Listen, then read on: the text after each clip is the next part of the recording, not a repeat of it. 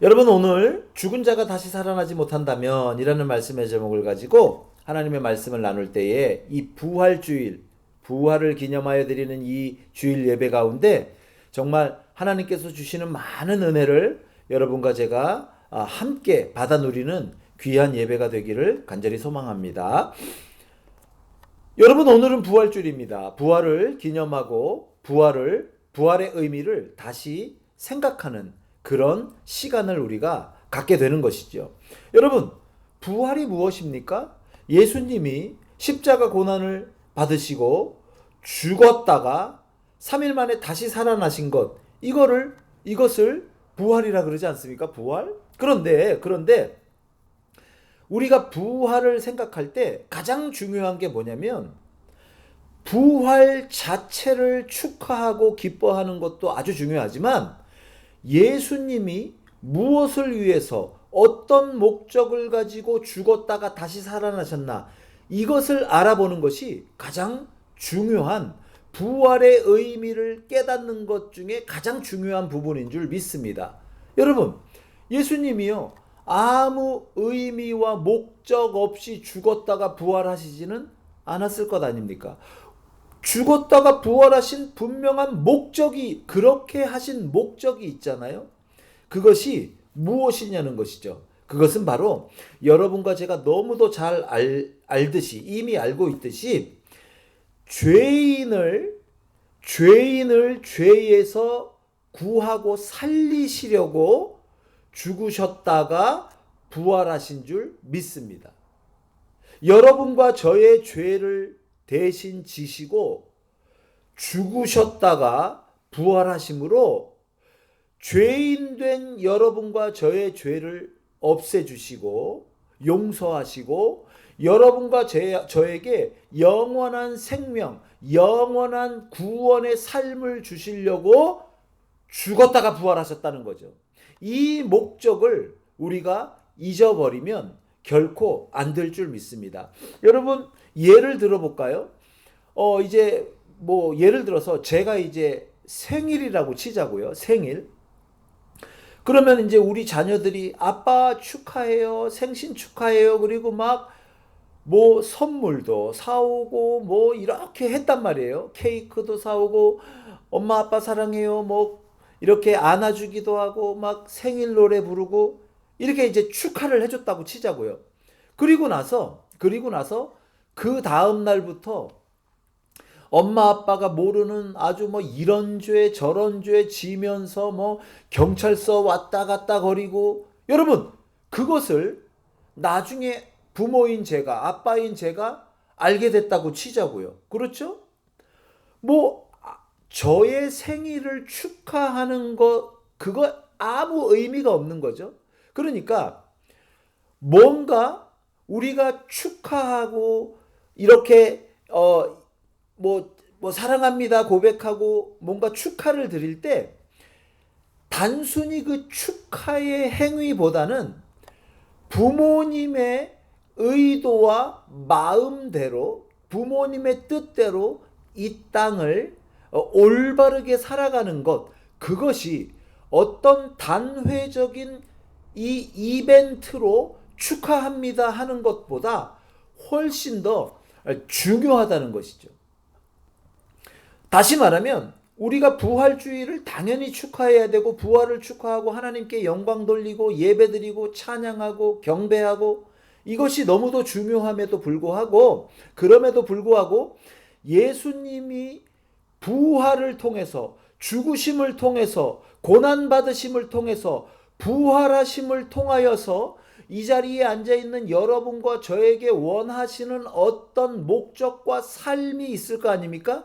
그것을 예수님이 뜻하시고 원하신 대로 우리가 살아내는 것, 우리가 그런 삶을 살아내는 것이 단순히 부활주일 축하합니다 하고 박수치고 하나님께 예배드리는 것보다 10배, 20배 훨씬 더 중요한 줄 믿습니다.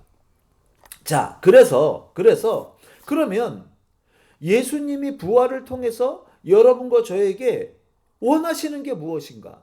그것을 이제부터 우리가 한번 살펴보기를 원합니다. 여러분, 저를 한번 따라해 볼까요? 부활은 용서와 용납을 뜻한다. 그렇죠. 여러분, 부활은요, 단순히 죽었다가 살아나셨다, 이게 아니고요. 예수님이 영원히 죽을 운명에 처해 있는 여러분과 저를 용서하시고 용납하시고 자녀로 받아들였다. 그걸 말하는 거죠. 단순히 그냥 죽었다 살아났다가 아니고 여러분과 저의 죄를 용서하시고 용납하고 자녀로 받아들인 거. 또 용서하고 받아들였다. 이게 굉장히 중요한 거예요.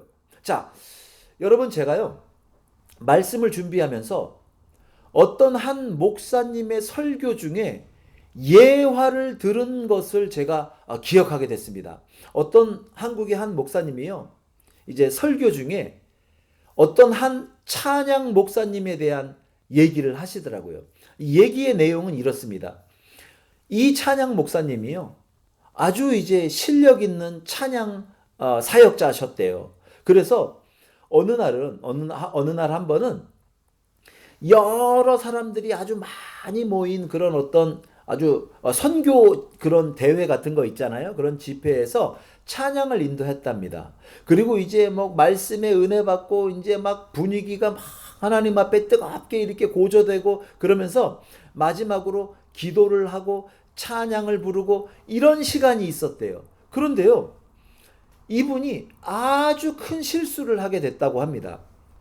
여러분, 오늘 우리가 예배 시간에 나를 사랑하는 주님, 나를 위해 죽으시고 부활 승천하시어서 나의 주가 되셨네, 이 찬양 불렀잖아요. 그런데 찬송가 찬양의 그 리듬 중에서 이런 코드 진행과 이 뭔가 좀 이 가요 있죠. 그런 거랑 좀 이렇게 때로 비슷할 때가 있잖아요. 그래서 오늘 우리가 부른 찬송이요, 같은 곡에 가사가 달라서 이제 이 세상적인 이 노래가 있는 거예요. 여러분 그런 노래 아시죠? 비바람이 치던 바람 잔잔해져 오면 오늘 그대 오시려나 저 바다 건너서. 사실 이게 같은 곡이거든요. 그런데 이제 이걸 찬양의 가사를 붙이고 이렇게 그냥 이렇게 뭐라 그럴까요? 가요의 가사를 붙이고 이게 이제 그렇게 비슷한 곡들이 있다는 거죠. 그러니까 이 목사님이 이제 마지막에 막 이렇게 기도하고 막 찬양으로 인도하면서 어떤 실수를 했냐면 갑자기 비슷한 곡의 가요를 부르기 시작한 거예요. 찬양을 부르시다가. 여러분, 그러니까 얼마나 황당해요. 막 기도하고 분위기가 무르익었는데 나를 사랑하는 그 주님, 나를 위해 죽으시고 오늘 그대 오시려나 저 바다 건너서. 여러분, 이렇게 된 거예요. 제가 이제 그 설교 말씀을 듣다 보니까 이렇게 된 거예요. 자, 여러분, 큰 사고입니까? 큰 사고가 아닙니까? 얼마나 큰 사고예요. 얼마나 창피한 사고예요. 그렇죠? 이 여러 사람들이 모인 큰 이런 선교 집회 같은 데서. 그래서 이분이 너무너무 마음이 이제 무겁고 낙심되고 그러니까 이제 그 어떤 담당 목사님이 부르셨겠죠. 그렇죠?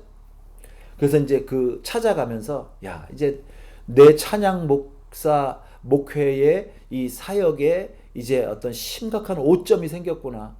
나는 이제 더 이상 찬양 사역을 못할 수도 있겠구나.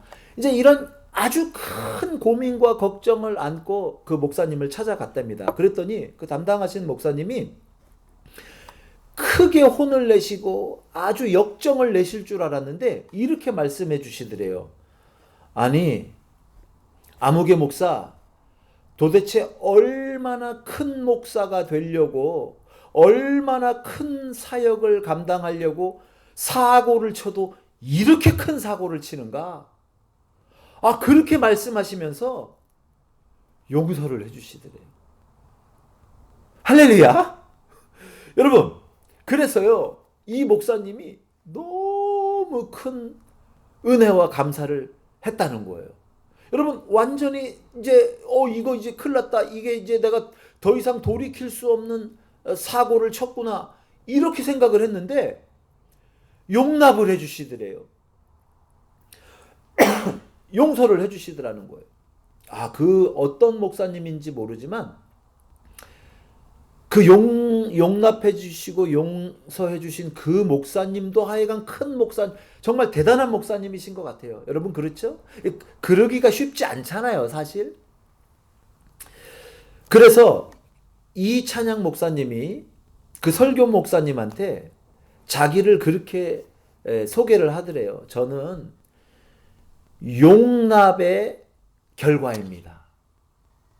저는 여러 사람들이 저의 부족과 허물을 용서하고 용납해 준 것의 결과로 제가 오늘날 이렇게 있습니다. 이렇게 얘기를 하시는 것을 듣고 설교 시간에 예화로 쓰시더라고요.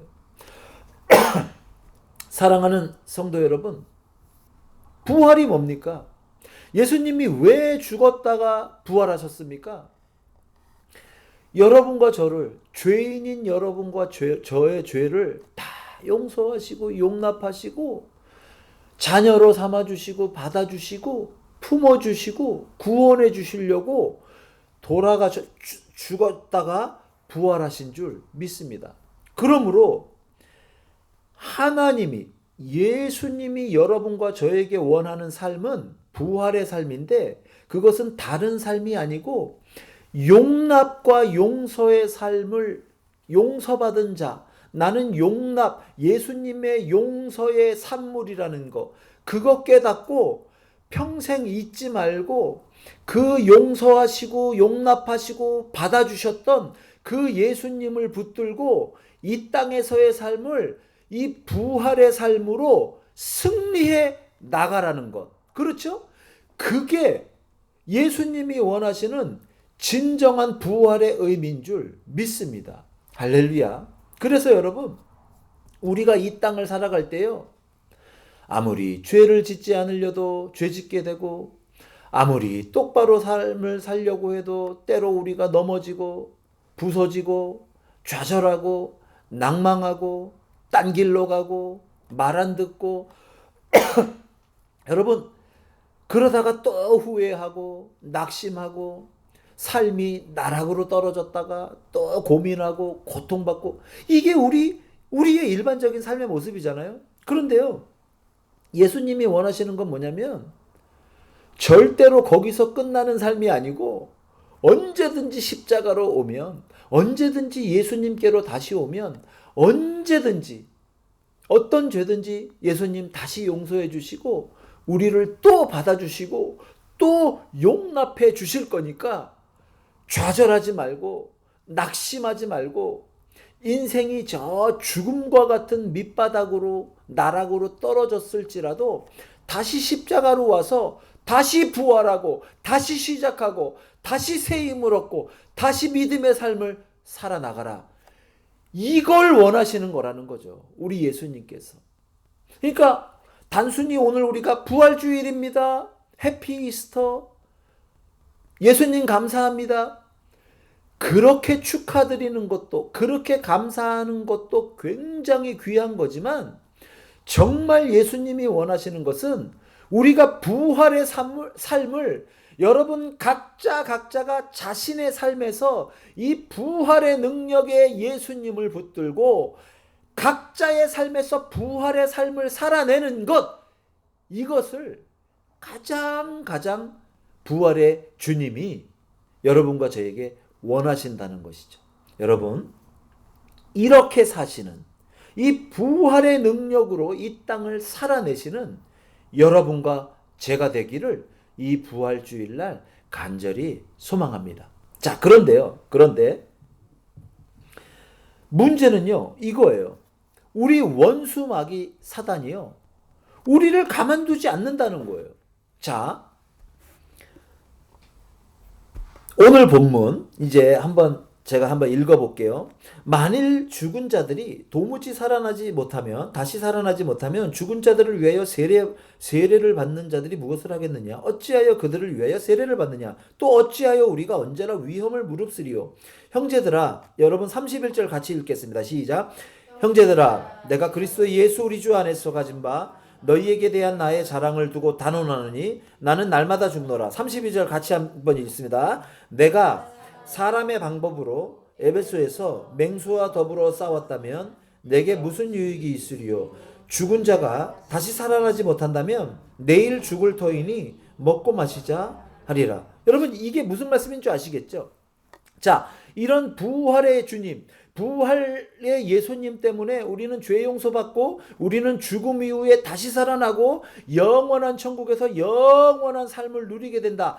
이런 소망과 부활이 없으면 인생이 단지 이 땅의 삶뿐이면 누가 주님을 믿고 따르는 올바른 삶의 가치를 두고 그렇게 살겠냐는 거예요. 사도 바울 자신도 뭐라고 고백해요? 만약에 부활이라는 것이 없는 삶이라면 내일 어차피 죽고 내일 어차피 미래에 언젠가는 어차피 육신이 죽고 이 존재 자체가 완전히 없어질 건데 이 땅에서의 삶이 내 마지막 삶인데 내가 뭐하러 믿음의 삶을 살겠냐는 거예요.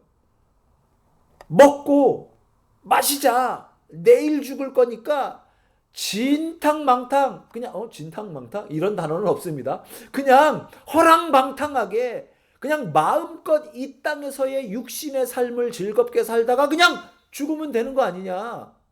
내가 그렇게 안 사는 이유는 2000년 당시에 예수님을 믿는 믿음 때문에 믿음을 붙들고 믿음 안에서 승리하기 위해서 예수 믿는 사람들을 잡아다가 그냥 짐승하고 그 사자 우리에 넣어서 죽이게 만드는, 차라리 그렇게 맹수에 의해서 죽임을 당하면서도 신앙을 지켰던 이유가 바로 이 죽음 이후에 영원히 사는, 이게 죽어도 다시 사는 이 부활의 신앙 때문에 그런 것 아닌가? 지금 사도 바울이 그렇게 얘기하고 있는 것이죠. 그러므로 사랑하는 성도 여러분, 아까도 말했지만 함께 나눴지만 이 부활의 의미의 삶, 이 부활이 우리에게 실제적으로 주는, 믿는 자들에게 주는 이 부활의 의미대로 이 땅을 사는 그 삶이 없으면, 그렇죠, 이게 의미가 없는 거라는 거죠.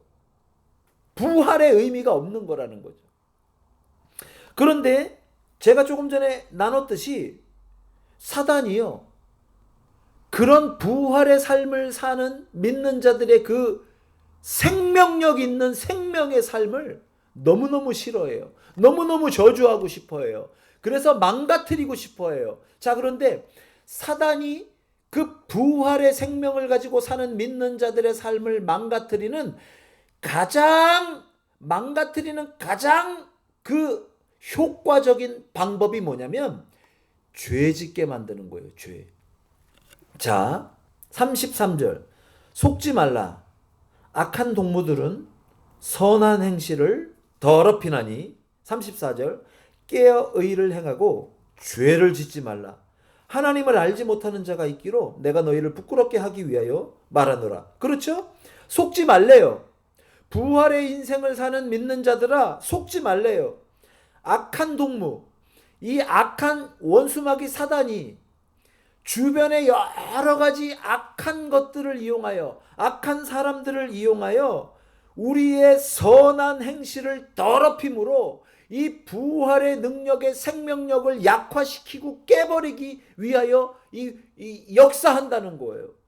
그렇기 때문에 깨어 의를 행해야지, 의를 행하는 삶을 살아가야지 죄를 짓지 말라는 거예요. 죄를 지으면 이 부활의 생명력이 약해지고 부활을 붙들고 사는 우리의 삶의 능력이 약해지고 믿음의 삶을 살아갈 때에 힘을 상실한다는 거예요. 사랑하는 성도 여러분, 이 원수마귀 사단이요, 여러분과 저의 삶을 막 짓누릅니다. 깨부시려고 합니다. 고통받게 합니다. 죄짓게 합니다. 약해지게 만듭니다. 그러므로 이 부활이라는 것, 이 부활의 능력이 이제 우리 가운데 역사해야 되는데 어떻게 되냐면 부활의 생명을 붙든 자들, 예수님에게 용서함 받고 용납한 받은 자들은 이제 서로 인간 사이에서, 우리 형제자매 사이에서, 믿는 자들 사이에서 그 부활의 능력으로 용서하고 용납하는 삶을 서로 살아내야 된다라는 것이죠. 자, 무슨 말이냐면 원수마귀 사단에 의해서 또 여러 가지 유혹에 의해서 죄를 짓고 의의 삶이 더럽혀집니다. 자, 그러면 어때요?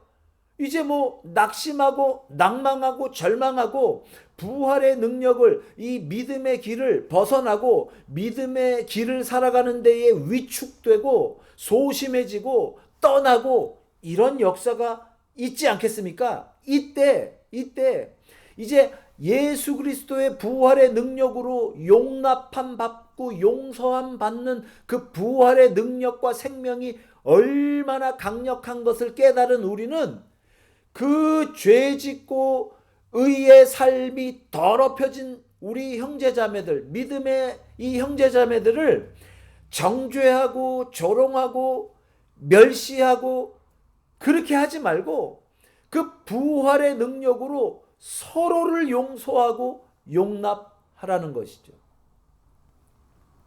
아까 왜 제가 어느 찬양 목사님의 이야기를 예화로 들었잖아요. 용납함 받은 그 찬양 목사님이 나는 어떤 사람들의 용납의 결과입니다 라고 고백했다면, 누군가 어떤 목사님이, 어떤 그 위치에 있는 목사님이 그 목사님, 찬양 목사님의 실수와 그 잘못을 용서하고 용납하는 분이 있어야 그게 말이 성립이 되잖아요. 그러니까 우리 스스로도 용서와 용납의 대상이 되지만 여러분과 제가 용서와 용납을 하여 다른 사람의 실수와 잘못을 용서하고 용납해주는 그런 사람이 돼야 된다는 것이죠. 그것이 바로 부활의 능력을 붙들고 사는 믿는 자들의 삶이라는 거예요. 여러분, 그런데 우리는 어떻게 살 때가 많아요? 용서하지 않아요. 용납하려고 하지 않아요. 그렇죠?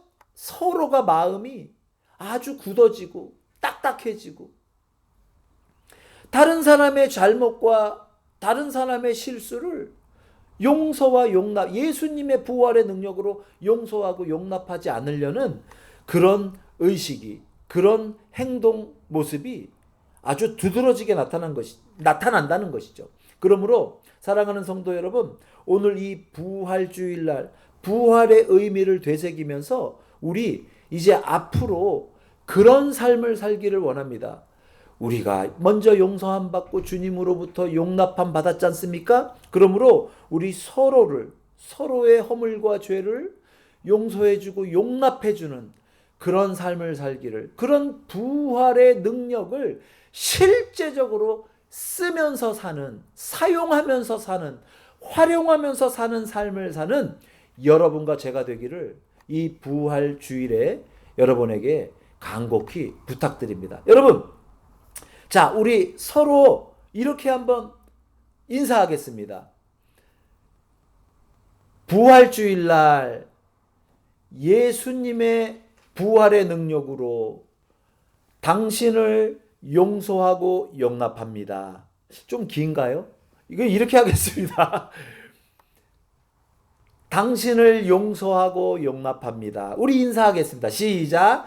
당신을 용서하고 용납합니다. 어때요, 여러분? 다른 사람이 용서해주고 용납해주면 참 우리 얼마나 기운이 나고 힘이 나요. 그래서 가까이 우리 배우자들, 우리 아내, 남편, 우리 부족한 게 서로 많잖아요. 용서하고 용납해주고, 또 자녀들의 이런 어떤 허물과 또 이게 잘못된 것 있으면 또 우리 용서해주고 용납해주고. 그런데 곰곰이 생각해 보니까요, 우리 애들이 그런 면에서는 저보다 낫더라고요. 우리 애들이요, 오히려 저를 용서해주고 용납하는 게 엄청 많았거든요. 여태까지 살아오면서. 그래서 우리 애들이 그런 부분에서는 우리 아이들이 참 저보다 낫다.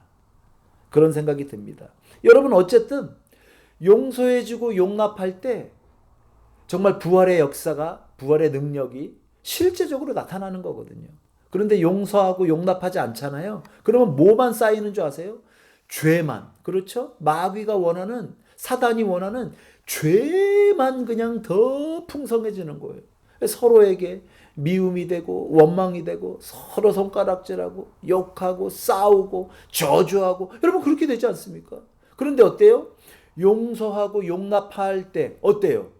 없어져 버리는 거예요. 눈 녹듯이 사라져 버리는 거예요. 그러니까 반목과 질시가, 그런 미움과 원망들이 눈 녹듯이 사라져 버리는 것이죠.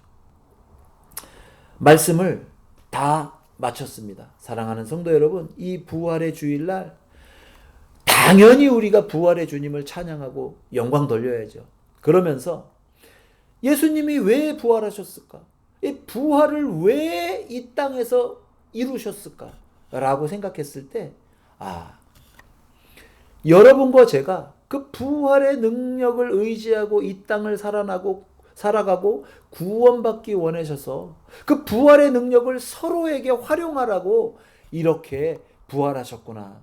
이런 것을 우리가 깨달았다면 우리도 마땅히 부활의 능력을 가지고 그렇게 살아가야 되고, 그 부활의 능력의 핵심 가운데 보니까 뭐가 있어요?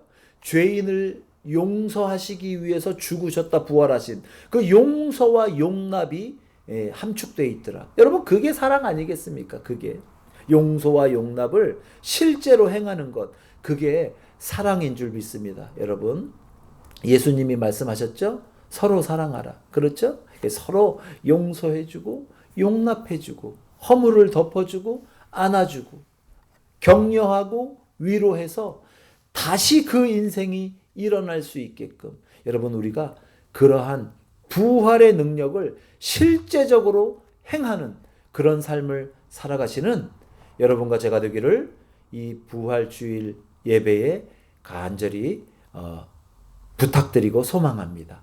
기도하겠습니다.